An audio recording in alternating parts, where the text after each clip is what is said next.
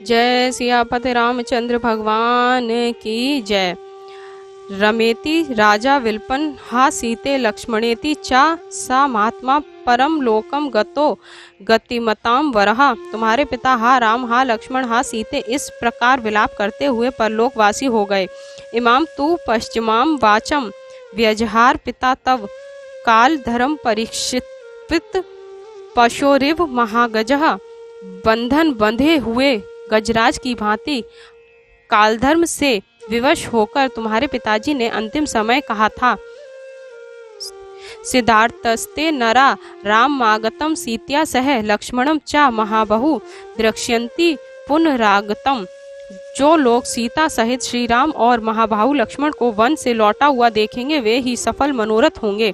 तत् श्रुत्वा विषादेव द्वितीय प्रिय शशनाथ विष्णु वंदनो भूतवा भूयम प्रपच्छ मातरम। इस दूसरी अप्रिय बात को सुनकर भरत जी और अधिक दुखी हुए।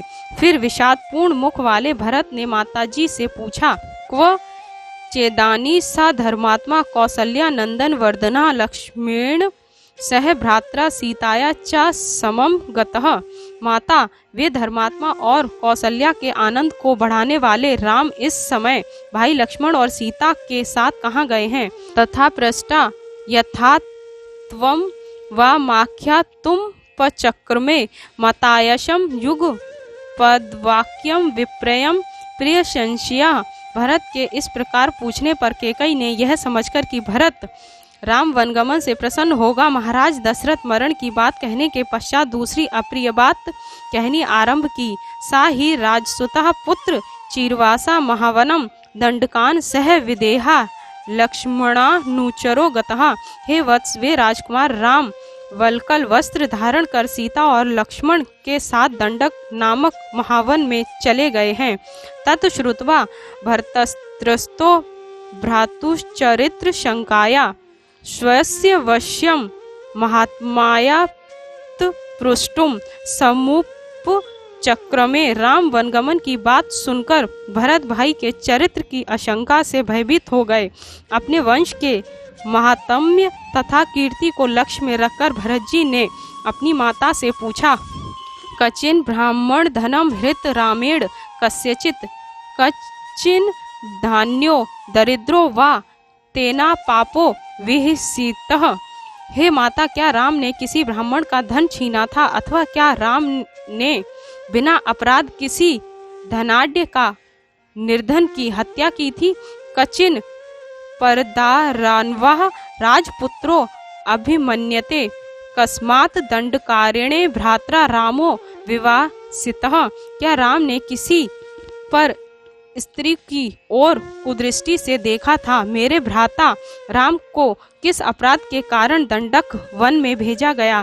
ए मुक्ता तू केकई भरतेन महात्मना उवाच वचनम दृष्ट्वा मूढ़ा पंडित मानिनी। महात्मा भरत के इस प्रकार पूछने पर अपने आप को पंडिता मानने वाली वह मूर्खा प्रसन्न होकर बोली, ना ब्राह्मण धनम किचिद्धृतम रामेण धीमतः कचिन धान्यो दरिद्रो वा तेना पापो विहिसितः न रामः परदारस्य चक्षुभार्यमपि पश्यति। वत्स, बुद्धिमान राम ने ना तो किसी ब्राह्मण के धन का अपहरण किया और ना ही किसी धनी अथवा दरिद्र का वध किया। राम पर स्त्री को तो आंख उठाकर भी नहीं देखता।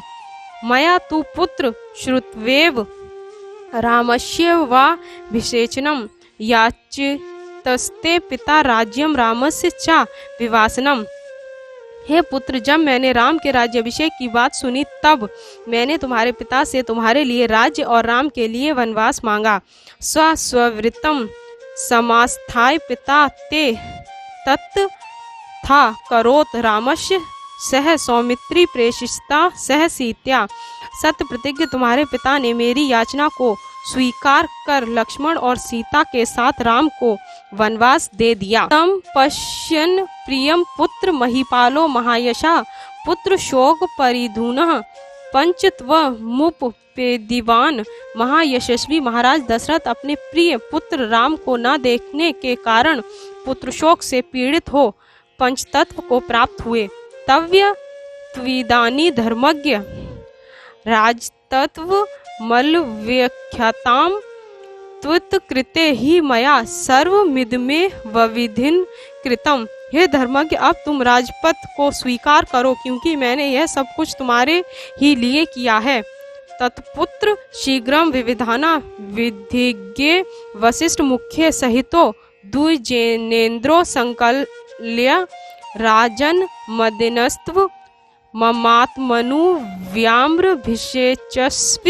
इसीलिए हे पुत्र, तुम विधि के जानने वाले वशिष्ठ आदि प्रमुख द्विजों के साथ महापराक्रमी अपने पिता का अंत्येष्टि संस्कार कराओ तथा पृथ्वी पति पद पर अपना अभिषेक कराओ।